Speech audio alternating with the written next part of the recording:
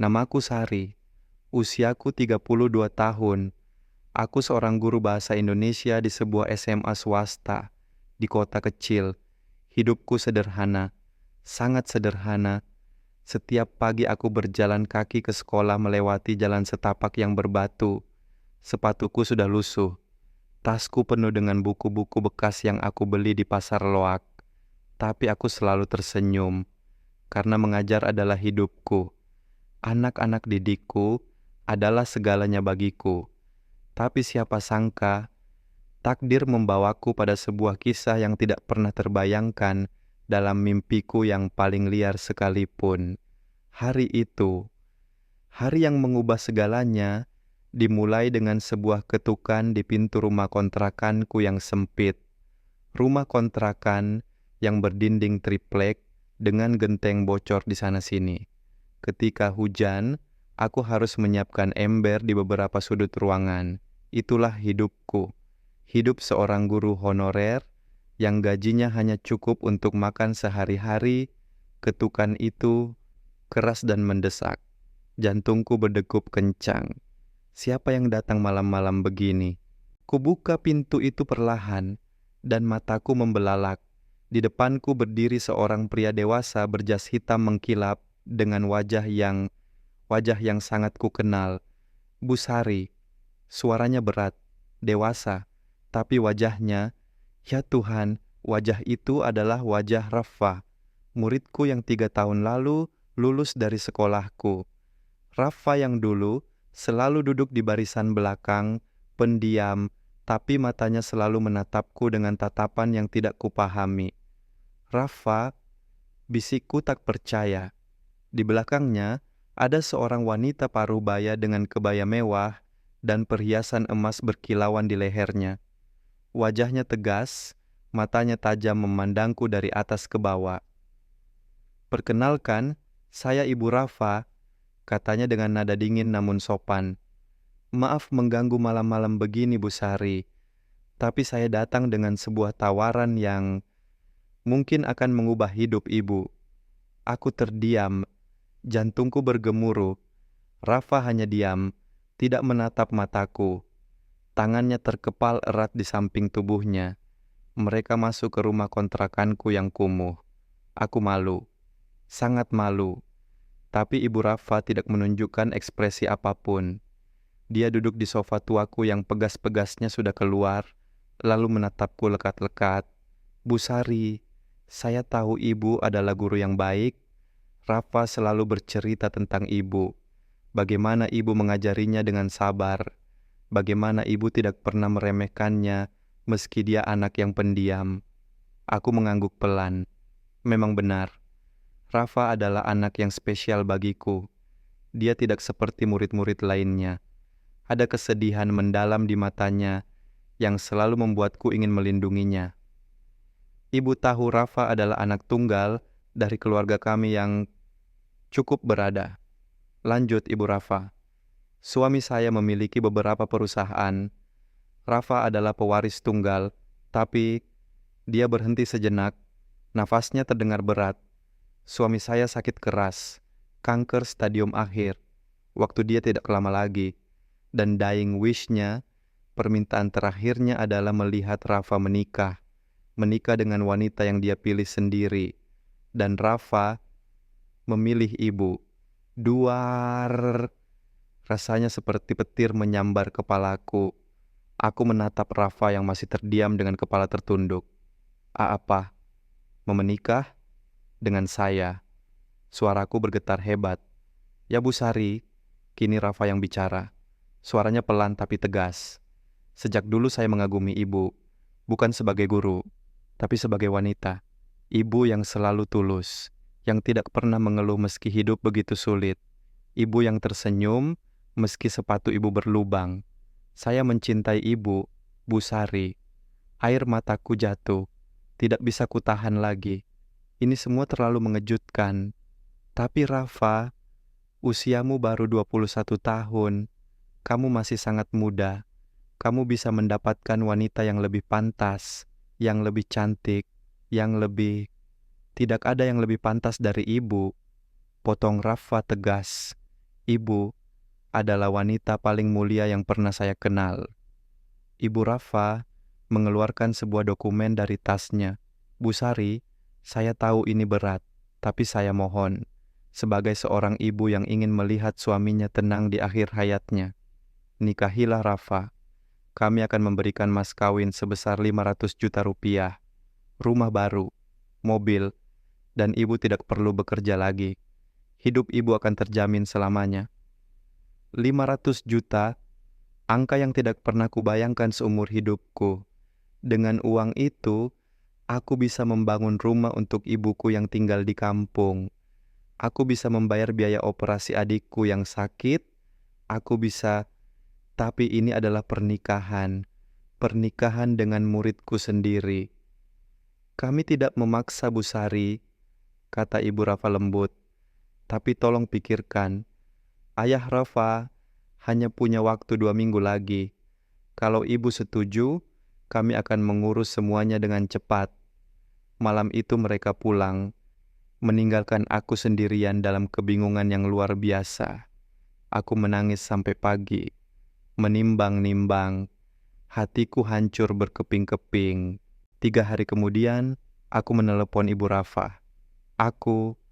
Aku setuju, bisikku pelan. Mungkin ini keputusan yang egois, mungkin ini salah, tapi aku lelah hidup dalam kemiskinan. Aku lelah melihat ibuku sakit tanpa bisa berobat. Aku lelah. Pernikahan kami digelar seminggu kemudian. Sederhana tapi mewah. Hanya keluarga dekat yang hadir. Ayah Rafa hadir di kursi roda, wajahnya pucat pasi, tapi senyumnya begitu bahagia melihat anaknya menikah. Ketika ijab kabul diucapkan, rasanya seperti mimpi. Mimpi yang tidak nyata. Rafa menjadi suamiku. Muridku sendiri kini menjadi suamiku. Malam pertama, kata-kata yang membuat jantungku berdegup kencang sejak pagi. Kami pindah ke sebuah rumah mewah yang telah dipersiapkan keluarga Rafa. Rumah dengan taman luas, kolam renang, dan kamar-kamar yang lebih besar dari seluruh rumah kontrakku dulu. Aku berdiri di depan cermin kamar pengantin. Gaun tidur sutra berwarna krem membungkus tubuhku yang kurus. Tanganku gemetar. Usiaku 32 tahun. Rafa baru 21. Apa yang dia harapkan dariku? Pintu terbuka. Rafa masuk dengan langkah pelan. Dia mengenakan kaos putih sederhana dan celana piyama. Wajahnya tampak tegang. Bu Sari, panggil aku Sari saja, potongku pelan. Kita sudah menikah, Rafa. Dia mengangguk, lalu duduk di tepi ranjang. Jarak kami hanya 1 meter, tapi terasa seperti jurang yang sangat dalam. Sari, suaranya serak. Aku tahu ini semua aneh. Aku tahu kamu menikahiku bukan karena cinta, tapi karena uang, karena keadaan. Jantungku tertusuk. Aku ingin membantah, tapi tidak bisa, karena itu memang kenyataannya. Tapi dia berbalik menatapku, matanya berkaca-kaca. Aku benar-benar mencintaimu, Sari. Sejak kelas 11, aku sudah jatuh cinta padamu. Setiap kali kamu mengajar, aku tidak bisa fokus pada pelajaran. Yang kulihat hanya kamu, senyummu, suaramu, keikhlasanmu. Air mataku jatuh lagi. Tapi aku tahu, lanjutnya dengan suara bergetar. Aku tahu kamu tidak mencintaiku. Dan aku tidak akan memaksamu untuk malam ini. Aku tidak akan menyentuhmu kalau kamu tidak mau. Dia berdiri, berjalan menuju sofa di sudut kamar. Aku akan tidur di sini. Kamu tidurlah di ranjang. Jangan khawatir. Aku tidak akan... Rafa, aku memanggilnya. Dia berhenti. Duduklah di sini, di sampingku. Dia ragu, tapi akhirnya mendekat. Kami duduk berdampingan. Aku meraih tangannya yang dingin. Rafa, aku minta maaf, bisikku. Aku minta maaf karena menikahimu dengan alasan yang salah. Aku egois. Tidak, potongnya. Kamu tidak egois. Kamu hanya manusia yang butuh pertolongan. Dan aku bahagia bisa menolong. Aku bahagia bisa menjadi alasan kamu keluar dari penderitaan. Kami terdiam. Hanya suara jam dinding yang berdetik memecah keheningan. Rafa, aku menoleh menatapnya. Aku tidak mencintaimu. Belum, tapi aku berjanji. Aku akan berusaha. Aku akan berusaha menjadi istri yang baik untukmu. Dan mungkin suatu hari nanti aku bisa mencintaimu dengan tulus. Dia tersenyum, senyum yang begitu indah. Lalu dia menangis, menangis sambil memelukku erat. Itu sudah lebih dari cukup bagiku, Sari. Itu sudah lebih dari cukup. Malam itu kami tidak melakukan apa-apa, hanya berbaring berdampingan, memegang tangan, berbicara tentang banyak hal sampai subuh, tentang masa lalunya yang kesepian meski hidup dalam kemewahan, tentang masa laluku yang penuh perjuangan tapi bahagia. Dan untuk pertama kalinya, aku merasa mungkin keputusanku tidak sepenuhnya salah. 2 minggu berlalu, ayah Rafa meninggal dengan tenang. Dia sempat memegang tanganku dan berbisik, "Terima kasih sudah membuat anakku bahagia." Aku menangis, merasa bersalah, karena aku belum benar-benar bisa membuat Rafa bahagia. Setelah pemakaman, kehidupan kami mulai menemukan ritme. Rafa bekerja di perusahaan keluarga. Aku di rumah, belajar menjadi istri. Setiap malam kami makan bersama, berbincang, tertawa, dan perlahan aku mulai merasakan sesuatu. Sesuatu yang asing tapi hangat di dadaku setiap kali melihat Rafa pulang kerja dengan senyumnya yang lelah tapi tulus. Aku mulai menunggu-nunggu dia pulang, mulai menyiapkan makanan kesukaannya dengan hati-hati, mulai jatuh cinta. Sampai suatu hari, aku menemukan sebuah surat di laci meja kerja Rafa. Surat dari rumah sakit, surat diagnosa yang tertanggal 3 tahun lalu. Tepat ketika Rafa masih menjadi muridku, aku membacanya dengan tangan gemetar. Leukemia stadium lanjut, prognosis 5 tahun. Ya Tuhan, Rafa sakit. Rafa sudah sakit sejak dulu. Dan dia hanya punya sedikit waktu lagi. Air mataku jatuh membasahi kertas itu. Semuanya jadi jelas sekarang. Kenapa Ibu Rafa begitu mendesak pernikahan ini? Bukan hanya karena ayahnya yang sakit, tapi karena Rafa sendiri. Aku berlari ke kamarku, menangis sejadi-jadinya. Hatiku hancur berkeping-keping.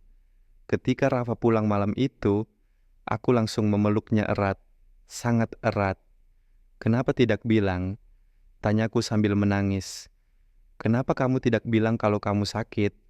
Dia terdiam, lalu memelukku balik. "Karena aku tidak ingin kamu menikahiku karena kasihan," bisiknya pelan. "Aku ingin kamu menikahiku karena kamu mau. Meski alasannya adalah uang. Aku ingin proyek terakhirku di dunia ini adalah membuat hidupmu lebih baik. Itu sudah cukup bagiku." "Dasar bodoh," teriakku sambil memukul dadanya pelan. "Kamu pikir aku tidak akan peduli? Kamu pikir aku mencintaimu, Sari?" potongnya. "Itu saja yang penting bagiku. Aku sudah bahagia, sangat bahagia." 6 bulan telah berlalu sejak malam itu. Rafa semakin kurus, semakin lemah, tapi senyumnya tidak pernah pudar.